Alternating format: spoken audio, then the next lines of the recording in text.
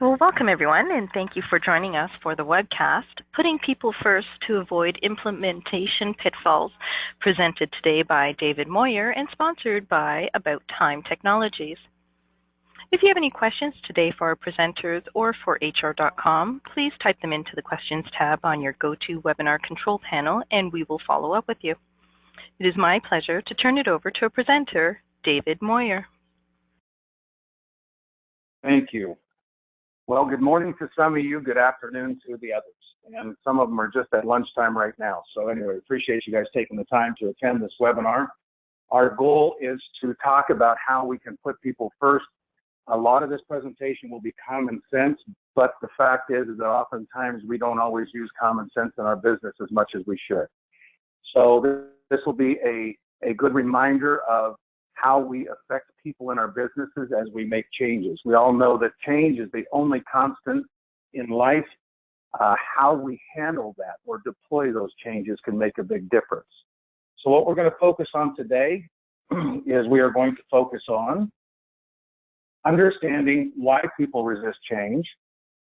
We're going to give you a practical example of an implementation that we have been able to work with customers on, and also how a lack of communication could cause that to be a failure versus if we do implement this properly in the company, how we can make it successful and have all buy-in across the whole organization. Then we'll talk about some implementation success stories as well.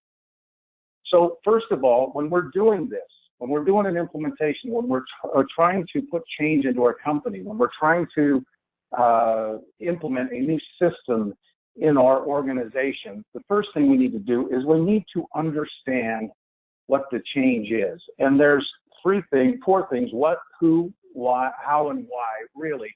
We need to focus on what the specific changes include. Make sure we understand that, because if you don't understand the specific changes, and if you don't define what the specific changes are, you won't understand the next one as to who the changes impact, how they impact them, and why they might resist the change. So why do people resist the change? And I want to focus on actually 5 areas here. Fear of unknown, pretty self-explanatory, but let's dive into that one a little bit. Mistrust, loss of job security control, maybe some bad timing, or even poor communication and engagement. Now, we all know that whenever change comes along in life, in business, anywhere, oftentimes we feel a fear of the unknown. All of a sudden, we're entering into an area that we're not quite comfortable with, okay? And so this is the fear of unknown in business is most common if the change is abrupt and without warning. How many times have we seen in businesses where people come in and say, we are going to make this change, like it or not? Now, there's always a place for that, but in the beginning of an implementation or a change management process, it's not the time to actually make that statement, okay? We need to put some values and make them understand why we're making these changes.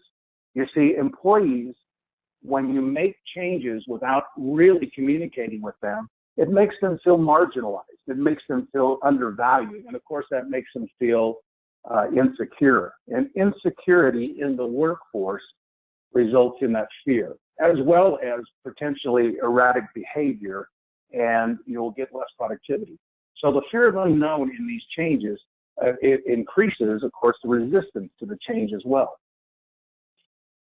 Mistrust. This often happens with new managers, or if you've got a manager who's highly respected by their employees, they've built up trust over time, they're more apt to adopt the change quicker than if you have a manager who isn't very trusted in there. This is oftentimes a new manager that comes in and says, okay, I'm going to make all of these changes in this business unit or this area of the business, and they didn't take time to understand what the issues were. They just came in and just started throwing, ideas of what changes were going to happen out, and they didn't really engage with the employees and find out what their struggles were anyway.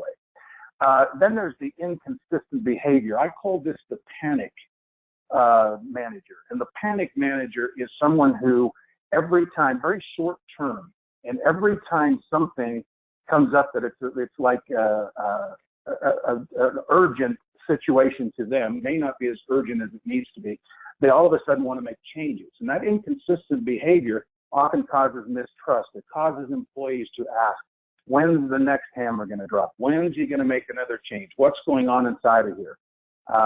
People who are most inclined to trust managers are those who exhibit consistent behavior. They're no panic. They look at the big picture rather than looking at the short picture. Now, there's always times to make quick changes. Don't get me wrong. But the fact is that inconsistent behavior across management can cause mistrust. Now, I call the next one the over-delegate and don't get your hands dirty. I call that one the no-blame game manager. Oftentimes, they want to put people in charge of implementing a new project, and they don't want to get their own hands dirty in case it fails. Okay? Very political, which is also the next one, the political manager, which is the hidden agendas. I worked for a boss once who would come into our group and would say, all right, guys, we've got an urgent problem. We need to make some changes. What do you think we ought to do? Now, everybody in that room knew that manager already knew what he wanted to do. And so new people, when they would come in, would say, well, I think we should do this, this, this, and this. Immediately, that boss would come back and go, well, no, that's not what we're going to do. We're going to do this, this, and this. And so I had an opportunity to talk to that person and say, you know that you cause people to not want to share their feelings because they know for a fact that you already know what you want to do, and they're afraid to say anything. And so you're missing out on some opportunities to really get some input from some valuable people by not listening to them, or by you cutting them down and saying, nope, that's the wrong answer. You're missing some opportunities. And he took it to heart and actually started to open up more. But if you want your employees to trust you as an HR department, trust you as a manager, you need to make sure that your behavior is consistent, that you're involved in this as much as they are. Don't delegate. And we'll talk about that a little bit more. And make sure that you're transparent, that you don't have hidden agendas on what you're trying to accomplish. Of course, this is a big one. Whenever we're doing some implementations, we know that loss of job security and control is a big issue. People are constantly in fear of technology replacing their job function. People are immediately go into fear mode whenever they hear the word restructure or downsize. They're always afraid that their job functions will change without their input.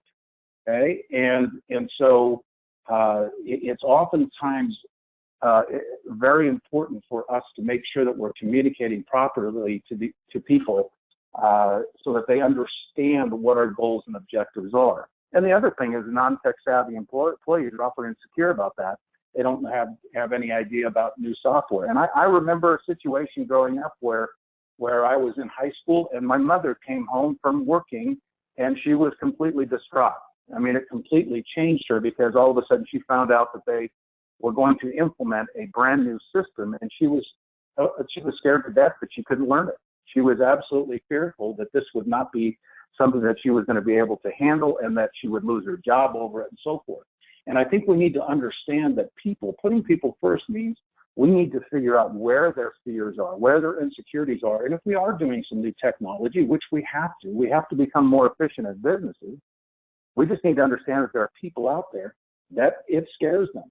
And we need to come alongside of them and show them that it's not a scary thing, but it's actually something that they get to put on their resume as learning a new skill set. Bad timing is another thing for problems with implementations. If you're in the middle of doing a complete custom relationship management implementation, it's probably a bad time to implement an accounting system. And sometimes we do too many things in a short amount of time. And so it's important to actually put out a plan of what kind of implementations you're going to do, probably a year in advance. And the reason why is that you need to resource this. And if you've got people who are working on the same projects or different projects at the same time, you're going to have some issues with that. So make sure that you're not doing too many changes in a short amount of time. The other thing is make sure that you're not scheduling these implementations during high workload times. We implement a lot of companies out there that do a lot of summer work, and so if we implemented the system during the summer, it probably wouldn't be getting implemented because people are too busy. If you have seasonal work, if you're doing most of your work in the wintertime, winter's probably not a good time to be implementing major processes or new implementations. If a lot of your work's in the summertime, same thing. Don't schedule during high work times. If you're an accounting firm, probably not a good time right during tax season to implement a new system. And so it's important to look at all of these different factors when implementing a new system. Also look at current project workload and move around priorities and deadlines. Once again, this goes back to if you've got multiple projects going on there, understand that you may have resources that need to be involved in both of those. You may need to move these projects around, prioritize them. There are times where a project that you start may need to be put on hold because another one becomes more priority. Just make sure that if you do that, make sure that you're communicating on this correctly. So just a quick look at this.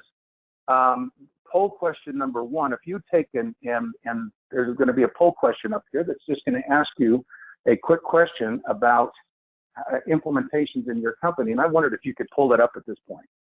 And if you just take a moment to look at this and just say, what are some of the reasons that you think are the biggest reasons for in your company?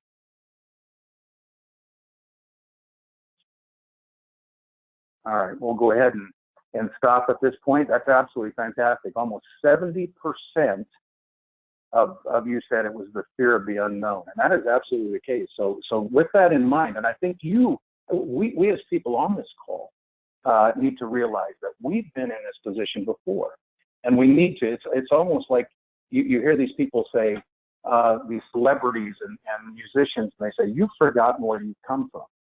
And I think that we as managers and executives and so forth in our companies, we need to remember where we came from. We need to remember what caused us angst during these implementations as well. And so if fear of the unknown is the number one, then we need to make sure that we're focusing with people and understanding that that's probably their number one issue as well. Okay? All right. I want to give you a practical example. I'm going to use an application that we deploy to many companies out there. And as you're looking at this, I'm not going to give you, I'm going to kind of give you the problem, and I'm going to kind of give you some options as to how we would solve that problem.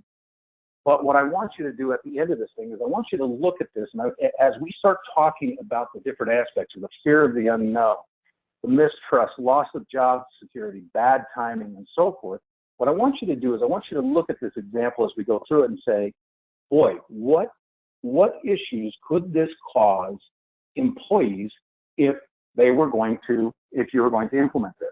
All right. And so this is just an example of one of the products that we deploy. And so I'm going to use it as the example. So first of all, here's the problem. We know that there are more remote employees than ever now. Okay. With communication capabilities, with networking capabilities, there are more people working from home, working remotely than there ever have been before. The problem with that is that it brings a problem into businesses. And the problem is that you now have scattered people, things, and information all over the place. And the real problem with the scattered people, things, and information is not that they're out there, because you want them to be efficient. You want them to be encouraged, and sometimes homework is absolutely a fantastic thing for these. But what happens now is that a lot of that data sitting out there, because they're remote and because they're all scattered all over the place, it becomes disconnected data. And so as a company, most of the companies we work with out there are saying, we need to take that disconnected data, that remote data, we need to take that and we need to connect it up. So a lot of this revolves around maybe some forms or some time information inside of there. And so I want to focus on how it would look or what it might look like in a product to have time and forms converted over.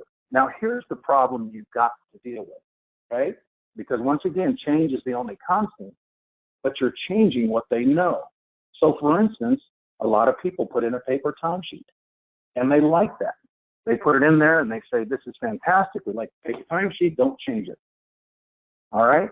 And they also have these forms out there, and they physically fill out these forms, and they do all this information on these forms and so forth, and they just write on these forms. It's what they know. And all of a sudden now, you come in and you say, we're going to change everything you know, and we're going to implement this product called WorkMax. Now, I'm going to show you this product, and I want to show you what it does. And then as we're going through this, I want to go back and I'm going to point out in this thing where this could cause angst based upon, what do we call it? The fear of the unknown, mistrust, loss of job security, control, or bad timing.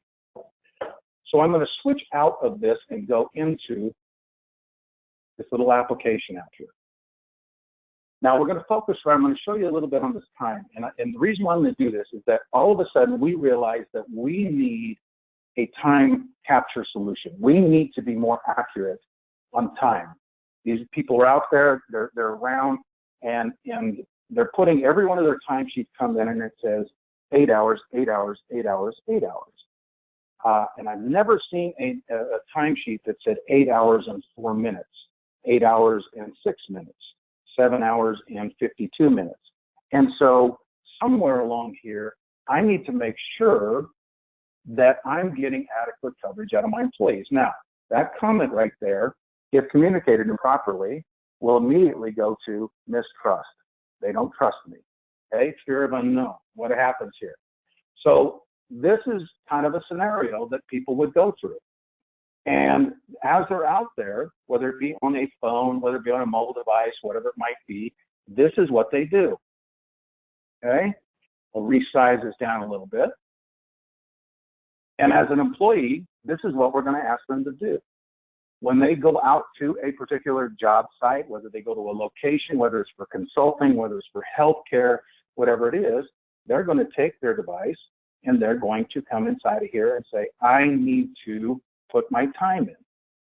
So at this point, it's going to come in here and say, well, what are you going to do? Well, I'm actually doing a consulting project out at the Riverton Hospital. So I'm going to select that Riverton Hospital, and I'm going to say, I'm going to start my work there, and I'm going to do some discovery.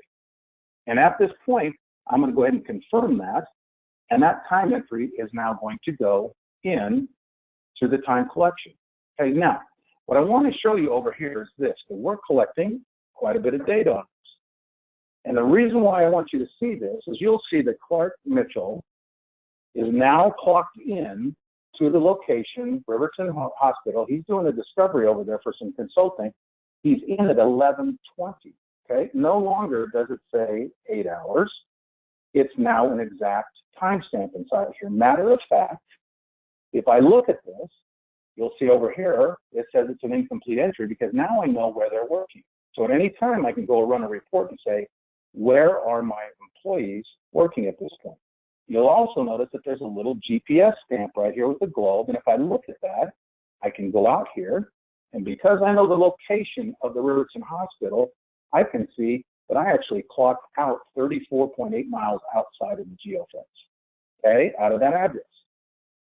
Now, immediately I look at that and say, okay, how are they going to, if there are no value propositions on this thing or there's no other explanation based upon that, what are they going to think? Well, the first thing they're going to think is, okay, big brother. Okay, these guys just want to keep track of what I'm doing. Okay, they just want to know exactly where I'm at. Okay, and the fear of the unknown or mistrust might be, boy, are they tracking me when I go home? Are they, can they see where I'm at all the time? Are they, you know, why can't I just put in my timesheet anymore? And so immediately, without a communication as to what your goals are on this, you can really foster a lot of mistrust in here, okay? And so without having a good strategy of communication on this, you can take a lot of people and they can completely check out on you, and you will have a ton of resistance on change, okay? And so when we talk about implementation with people, the reason why people do this are not necessarily to do that. A lot of people in here, there's reasons why they implement a system like this. This is for billing purposes. And people are saying, I don't think your employees were out on the job site for the time frame that they were, therefore I'm not going to pay your bill. Now that affects the business. And so if you explain to the fact that the employees that the reason we're doing this is not to babysit you, not to be big brother, but to make our business more efficient, and also make sure that our billings are more accurate and that we're not having any discrepancies on the billings, you can change the perception around from being, this is a pain on me, versus this is going to benefit the business, and there may be some other rewards on this thing as well. The other item that we do is forms. Forms is another tool out there. People are interested in filling out forms electronically, and maybe some of you guys have already implemented some electronic forms out here. But there may be some things out here, and like I said, we do all kinds of different industries out here. So there may be something like a clock out form, okay? And this is at the end of the day when we get done with a job or something, a project. It may be something like, and we know that labor liability is such a big thing, we want to make sure that we're covering this off. We've had a lot of lawsuits out there and so forth. And so once again, this affects the profitability of the company. The profitability of the company affects what kind of benefits we can give our employees and what things we can bring to them. So a form tool or some tool that really validates that is something that should be advantageous to us. So for instance, here's a form that says, did you take all your breaks today? If I say yes, that's fantastic. If I say no, I need to know that. Now, why is that? Because we need to understand why you didn't. We want to make sure that we're protecting you as an employee. Remember, this could be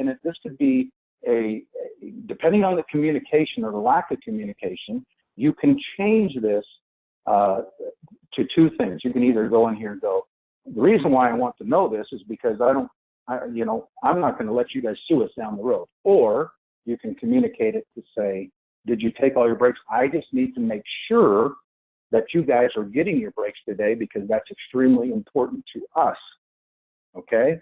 So you can change the way we communicate why things are happening out here, okay? Did you witness any safety violations out here today? Yes, I did. If so, I want to know what they are because I need to fix those, okay? And were you injured on the job today, or were you injured on the location? Now, here's a very interesting thing, because what happens is that this is going to, we've had companies that have actually spent $250,000 on legal bills to just deal with someone going home on a Friday, going skiing. I'm in Utah, and they go to ski, break their leg, and come in on Monday and say, guess what? We broke our leg on Friday. We didn't know. We went to the doctor, and now the workers' compensation and all of the costs and so forth go up. And so here's a little question that helps you on this particular one. Were you injured on the job today? If I say no, great. Then you've got that one covered off by the employee. If I say yes, what's probably the next logical thing you want? You probably want an injury report. So this actually drives an additional form. And I can go inside of this thing and fill out the form information inside of here and so forth. But once again, this is not anything to be, I'm needing to do this for being a babysitter. This is to do with, I need to be more efficient as a business. I need to make sure that if you've got a safety violation or you've got an injury, I've got to make sure that we get this thing dealt with properly. I need to make sure that we're protecting you properly. Right now, those paper forms are sitting out in the field, and you've got to actually transport those in, and sometimes they come in too late. You have a certain time frame where you have to communicate these. And so the goal on these are to make sure that we're being efficient as a business, that we're protecting our employees, not babysitting them. We're protecting our business. We're trying to be more efficient so that we can bring more benefits on the back end to our customers. And if you communicate that properly, it makes a big, big difference. If you don't communicate that properly, just think how that can go back to the fear of unknown, the mistrust, loss of job security control, bad timing, whatever it might be inside of there. I'll go back into the PowerPoint at this point.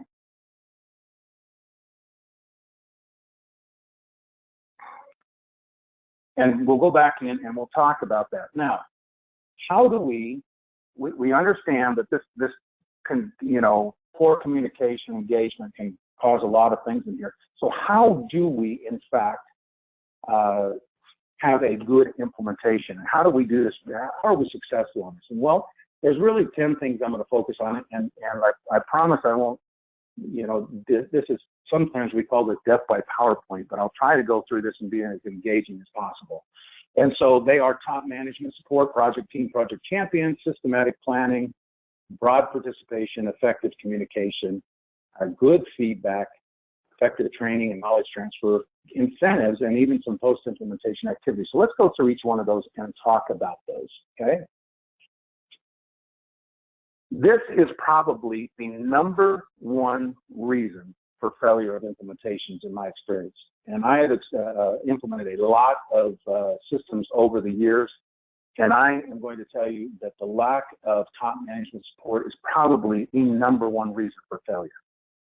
If you have a project and you do not have executive sponsorship, and that, by the way, I'm talking, when we talk about this, sometimes we use terminology that refers to large companies. This is not just a large company issue of implementation. This is a large and a small company and medium and so forth. If you do not have an owner that is absolutely on board, endorses every stage, participates at every level, and drives all levels of the organization to a common goal with this, you will reduce not only you will reduce your chance of success. Recently had two specific companies that this happened to. The employees themselves came and wanted and said, we need a time solution for our consulting business. And so literally the owner said, I don't know that I want to spend the money, I don't want to invest in that, and so forth. And so what happened is that he finally got on board and said, great, go ahead and do it, just make sure it works, okay? And kind of divested himself from any responsibility or any participation in the product. And so over time, what happened is in his mind, there were other priorities that he felt were more important, even though they were not financially driven. They were just things that were more important to him in his mind. And what it ended up doing was choking out the other product that they were trying to implement. And all of a sudden, the owner comes back and he sits there and goes, boy, this was really a waste of money. Now, the problem is that on the other hand, where I have another example of a owner of a company that implemented a time capture solution, and their comment back here was, first year, 134 employees, we saved $440,000 on this thing, and I made sure everybody in this company knew this is how you're going to get paid at this point. Okay? Totally different investment in it. Matter of fact, out there in the training, in participation, driving all levels to the common goal and so forth. Two different management participations, two different results.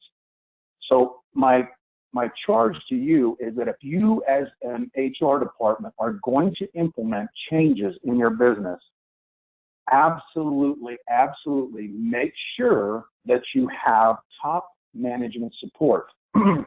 Now, just out of curiosity, I want to pull up the second question here, or the second poll question. And the second poll question revolves around management support. So the question is, how often do you have executive participation for your implementations? And so if you want to pull that up right now, if you want to just, and by the way, I promise you, I will not send this back to your executives. So you can be as honest as you want. As soon as I said that, all of a sudden we get some nevers votes. Okay, good. All right, so it looks like very few have a never conversation. That's fantastic. But at the same time, I would venture to say that 6% has probably got some ideas or some situations where they've looked at this and maybe have run into the fact that that projects that did not get management support maybe did not get the success that they wanted to. The majority of people are in the middle with not too often or often. It's great to see 18% of you all the time. But anyway, this is very, very important. Make sure that you get buy-in from the management support, and not buy-in like, yes, you can go ahead and do the project, but have them involved in participation on this thing. You remember we talked about the different types of management back earlier, and we said sometimes we have the no blame game management that says, I'm good with this, but I'm not going to be involved in it, okay? Make sure that that's not the case in your businesses. Number two, by the way, project teams. This is, in fact, not just something for big companies, it's also for little companies as well. I have seen also some failed or projects, or not even so much failed, but I've seen a lot of project cost overruns due to having to redo an implementation. Here's the reason why. One person steps in and says, I'm in charge of this implementation. They become very political in their decisions. They are very self-serving in their situations. Their decisions are not rounded, okay, based upon the organization. They don't necessarily understand. They think they understand the rest of the team and the rest of the company, but they don't often do that. So a project team is very important to have, and it's necessary to support a good change management process. And you need to make sure that you have cross-functional teams, and it's very recommended that you do that. Now, you can be too committee-based. You've heard of the saying of death by committee. Be careful that you're not getting so many people in there that you can't make a decision. But make sure that you're getting the right people in there who have a vested interest in making this project successful, and make sure that you get the full gamut and the rounded discussions and decisions across the functions inside of your company. It will absolutely support the project rollout and execution, and make sure that you're more successful than not, okay? So project teams are very important. Number two, I said the number one reason for failure in a company and in an implementation is because of lack of executive sponsorship or executive support. Number two, I think it's this one right here, a product champion.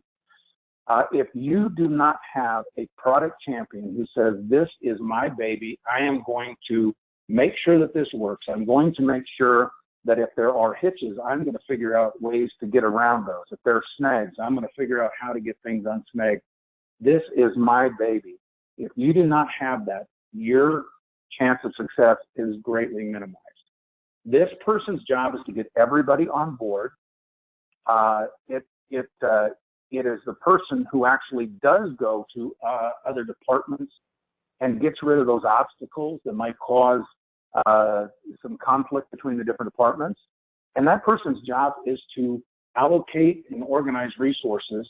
And if you can get a person who product champion and you get an executive sponsor who will absolutely support this person and give that person the freedom and the responsibility, but not only the responsibility, but the authority to make this implementation successful, you will be more apt to win than lose on this thing. And I will say your chances of success go up exponentially. So the product champion is really, their job is to create a plan. Their job is to to create the project vision, making sure that people understand that. They need to assess change readiness. Are we ready to turn the switch on this thing?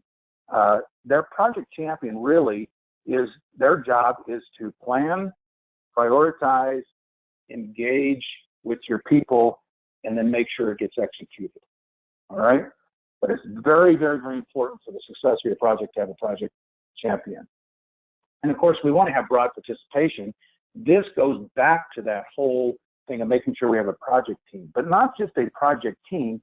We need to make sure that our whole employees are engaged. If we don't engage our staff during the entire implementation, and all of a sudden we're working through this, and we're not communicating the progress, once again, we go back to that whole issue of the fear of the unknown, mistrust. Why are they not telling me? Okay, what's about to go down that I don't know? So it's important that we engage our staff during the entire implementation, and we're going to talk about a little bit of the communication here in just a second. Staff must understand we need to continually communicate, because whenever we do an implementation, it's important right up front to communicate with our whole team, our staff, our company. We need to communicate to them why the change is needed, okay? And we need to let them know what the benefits are to them. This is once again, going back to, are we going to implement a time solution? Why is that important? Why do we need that change? Well, it's because we've been getting a lot of discrepancy on our billings, and our billings are going down, and it's causing a problem, and it's causing an issue with profitability in the company, which could potentially, cause us to go back and look at benefits that may not be able to be offered anymore.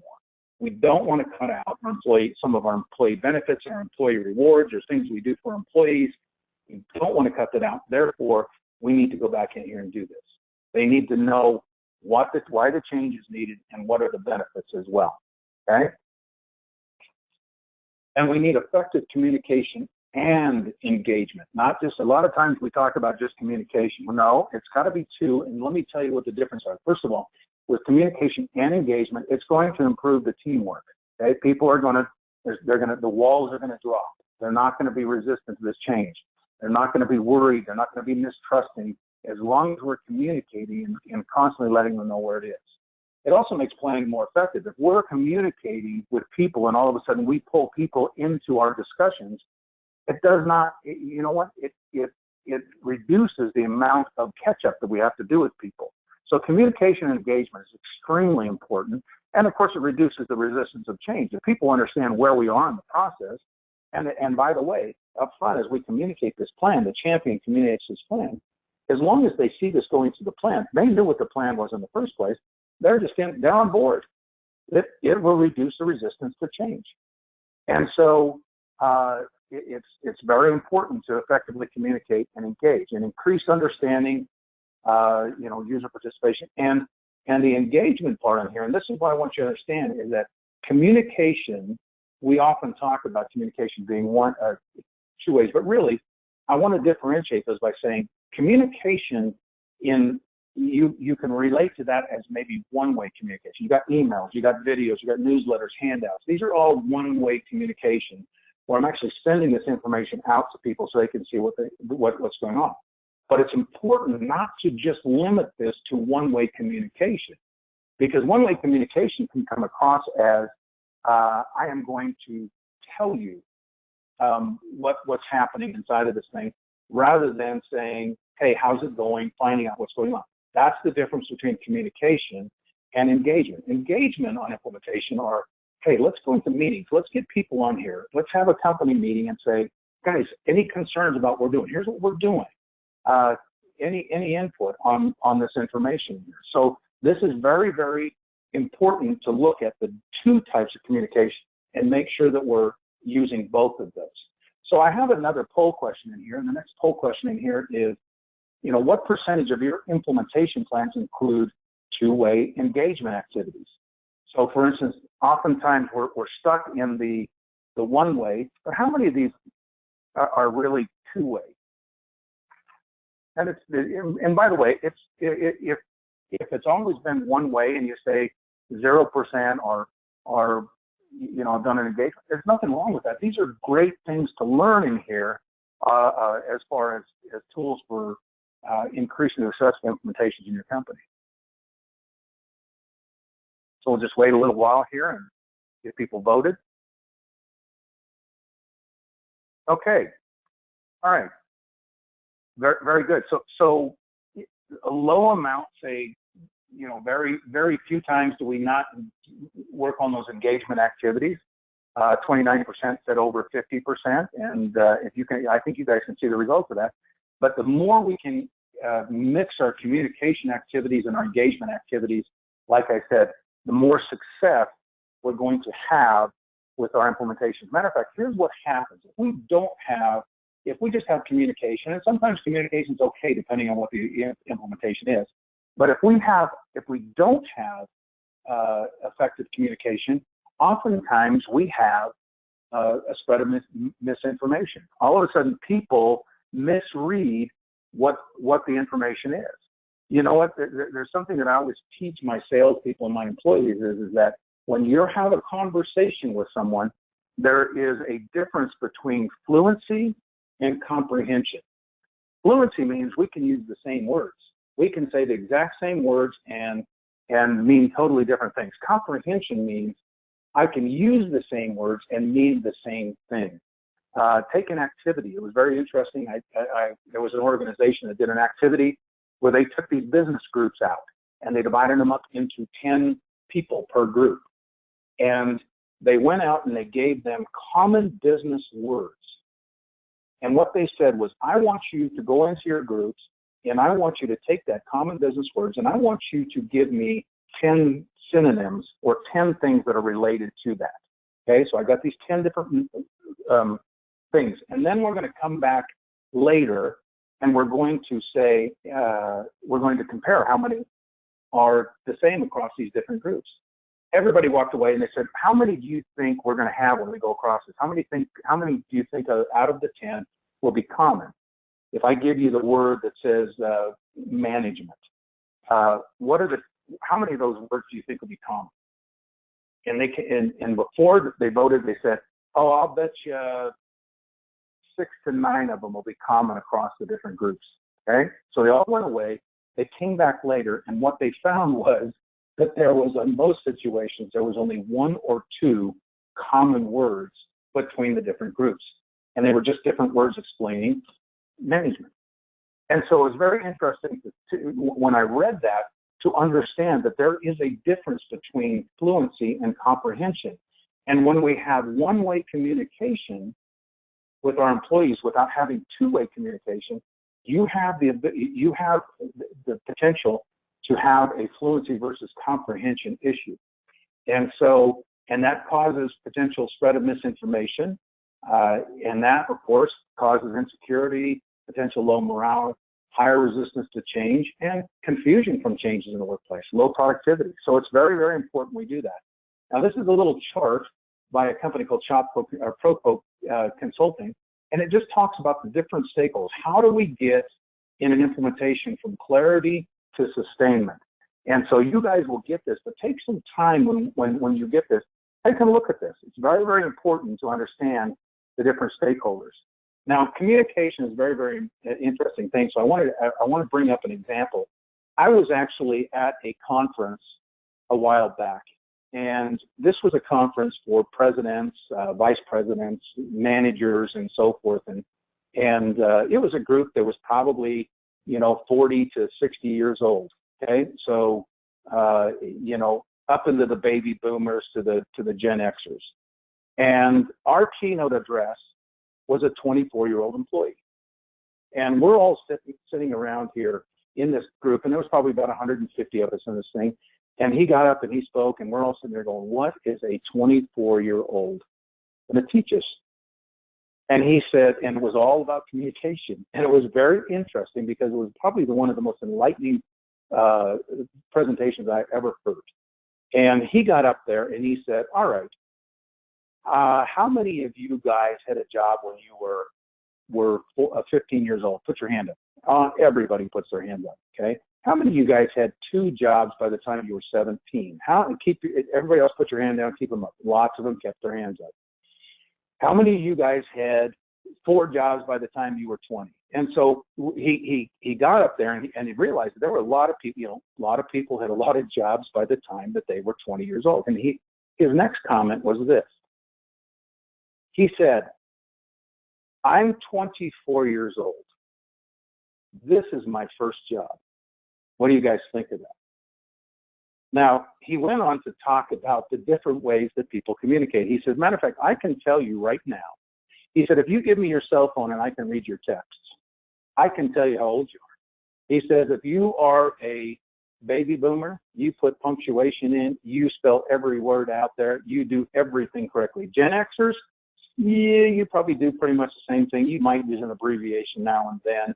He said, millenniums, Gen Ys, iGens, Gen Z, no. You guys probably can't even understand what we type. We have so many abbreviations in there. He said, but it's just a different communication method. He said, matter of fact, here's another thing. He said, how many times have you ever called one of your kids and the phone rings and rings and rings, no answer. And all of a sudden you get a text, hey, what do you want?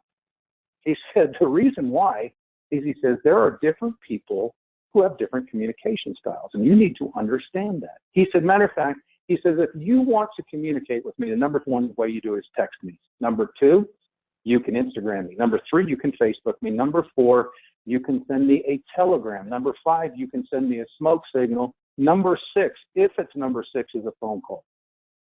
And he goes, just the way we communicate. And he said, our generation, a lot of people think that we are technology savvy. No, we're technology dependent. But he said, you expect me as a 24-year-old to be just like you when you were 24. And he said, it's not the case. Not the case at all. He said, you need to treat me like you were at probably 16 or 17. When you're communicating to me in business, when you're communicating to your employees, you hire these employees thinking these guys are going to be go-getters in the business, and that they're going to be just like you at 24. If you've got a younger staff and you've got an implementation on that with younger people, understand that they are not going to be, if you're a baby boomer, a Gen Xer and so forth, just understand, they're not going to be in the same place that you were at their age. So once again, these are just preferred communication methods. Just understand your staff. Understand who your team is, okay? Number 7, feedback. Make sure that you address user feedback immediately. By the way, I'm not opposed in companies I've been in to using anonymous emails. I think they're okay. I think that sometimes we get into this thing, we gather people together and we have, conference calls, surveys, in-person emails, different things like that. I think that sometimes people in that group setting will dominate a call. They'll dominate opinions. They'll dominate and there will be people in that audience who have viable opinions and great input, and they don't get that opportunity if you don't give them the ability to be anonymous. Okay, I think it's great when you're doing implementation to get feedback that way. This is rather solicit in those conversations, solicit rather than let someone dominate. Okay, it's very, very important to do that. Effective training and knowledge. This is important. Oftentimes we lack in the knowledge and transfer of this thing. We get to the implementation of this thing, and sometimes we forget that the people that are now going to be working on these systems, we forget that they weren't part of the original discussions. And sometimes we lack in how we're training these people, making assumptions that they know things that may or not there. You have to, with these things, make sure that you understand their learning styles, just like understanding the communication styles of the different genres inside of your company. Understand employees' learning style. Is self-paced good? Is there step-by-step instructions? Do we have videos? Do we do it in person? It's important to understand that. Offer it before, during, and after implementations. And here's another good one. When you're doing implementations, incentives are actually really good. We have companies will sit there and say, hey, you guys know that this is how you're going to get paid, but I'm actually going to throw another little revised incentive on this thing. We'll talk about this here in a little bit on a case study of every employee who clocks in accurately in the first 3 months without a missed stamp on this thing, I'll give you a free iPad, or I will give you something. I'll reward you for this thing. So it increases in participation and adoption. The other thing is as you get people who are really engaged in implementation, give them a title change. You may not change their pay, give them a title change. People love title changes in there. And it's not, you're not faking it. You're rewarding them as, you know, hey, you're a senior consultant now, or something of that sort. That people like that. It gives them a pride that they've done a good job, and it also makes a statement to other people that when we do these implementations, that we want to be engaged on that. Bonuses or overtime pay. Hey, while you're working on these projects, every hour that you work on this thing, I'm going to take all the hours that you're working on these implementations, that you're committing your time on this thing, I'll give you half of those and I'll make them overtime pay. Now, sometimes that works, sometimes it doesn't, but these are great things. How about certifications? Everybody in this company will want you to get certified. Hey, give them a nice certificate, all right? Make a big deal out of it, okay? Once they get done with this thing, make a big deal out of the certificates. And of course, post-implementation, here's what we often fail at too. We don't continue, once we think that the implementation is done, we oftentimes sit there and say, our job is done. But our job is never done. Once you implement something, you can have tools that really will continue success afterwards, but it requires mentoring. You also have ongoing training that's necessary. Changes are going to happen. Just because you implement something, implementations are an evolving thing. They're a living creature. And so it's important to have ongoing training to also make people understand that even though post-implementation is we've finished the bulk of the project, there may be many changes and many implementations. Once again, we need to go back through and communicate. Make sure you've got good end user documentation so there's no surprises on those things. And let people have newsletters, have successes. You know, make sure that people, based upon what you talked about at the beginning of your project planning, at the beginning of that project planning, you needed to set out goals and objectives. Give success stories that support your objectives, that support the goals, that support the success of this implementation. Make sure that people see that so they know that the time that they just committed and what they bought into as that implementation is in fact really happening. Case study, we had some employee benefits. We had a company that I implemented a while back that their whole thing was, guys, we are going to add some additional benefits programs that are much better. Dental, they had health, but they didn't have dental, and they didn't have eye, and some people were saying, hey, we want dental and so forth. And they said, great, then we need to become more efficient as a business. And so they implemented some processes in their company that helped them become more profitable. They knew that they were having some duplicate entries, and they were having some things that they could improve productivity on and so forth. And they implemented some systems to actually handle that. And because of that, they came through at the end of that and said, after 6 months, we have seen the benefits of this thing, and we've actually now can give you guys dental benefits.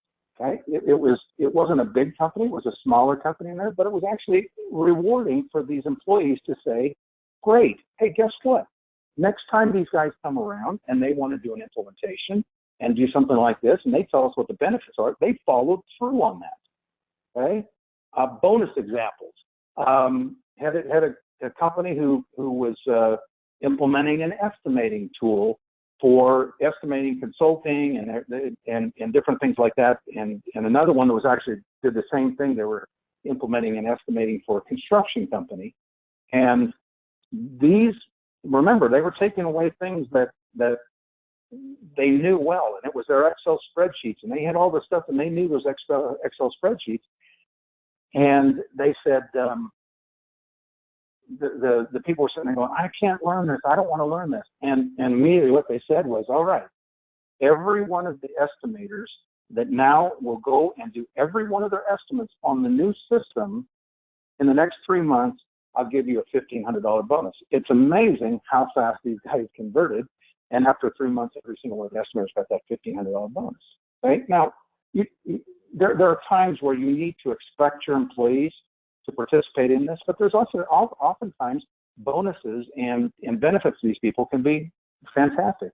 Rewards, giving people big screen TVs based upon participation. I know it sounds like it's a kind of a trinkety award and so forth, but remember that the success of your implementations in your company depend on the participation of your employees. And so it's important to understand what drives them. If rewards, bonuses, and benefits aren't important, then you don't need to worry about it. But if you feel like that is something that could really, get some more participation, that's absolutely fantastic. Here's my final thought, okay? There's a famous quote out there that says, hey, if you don't like change, you will like being obsolete even less. We've all seen that, okay? Here's the problem, though. We all know that business has to change. We all know that we have to become more efficient. We know that we have to implement new processes and so forth. The problem is that we oftentimes make the people and the employees in our organizations feel obsolete before they even need to feel that way, or don't even need to feel that way at all. So let's make sure that as we're doing this, follow these steps through, make sure that the way we implement change in our organization doesn't make employees feel obsolete and they don't need to feel that way. So with that, I'll open this up. I don't know if we have any questions, but I'll open this thing up for some questions. Shannon, do we have any questions? We do not. We did have one question. Folks wanted to see the total results of the slide. We'll be sending some follow-up emails, and we'll do some screenshots of the poll results so that you guys can see that. So just look out for some future emails. Very good. Well, we're at the end of our hour, so I'll turn this back over to the folks at HR.com.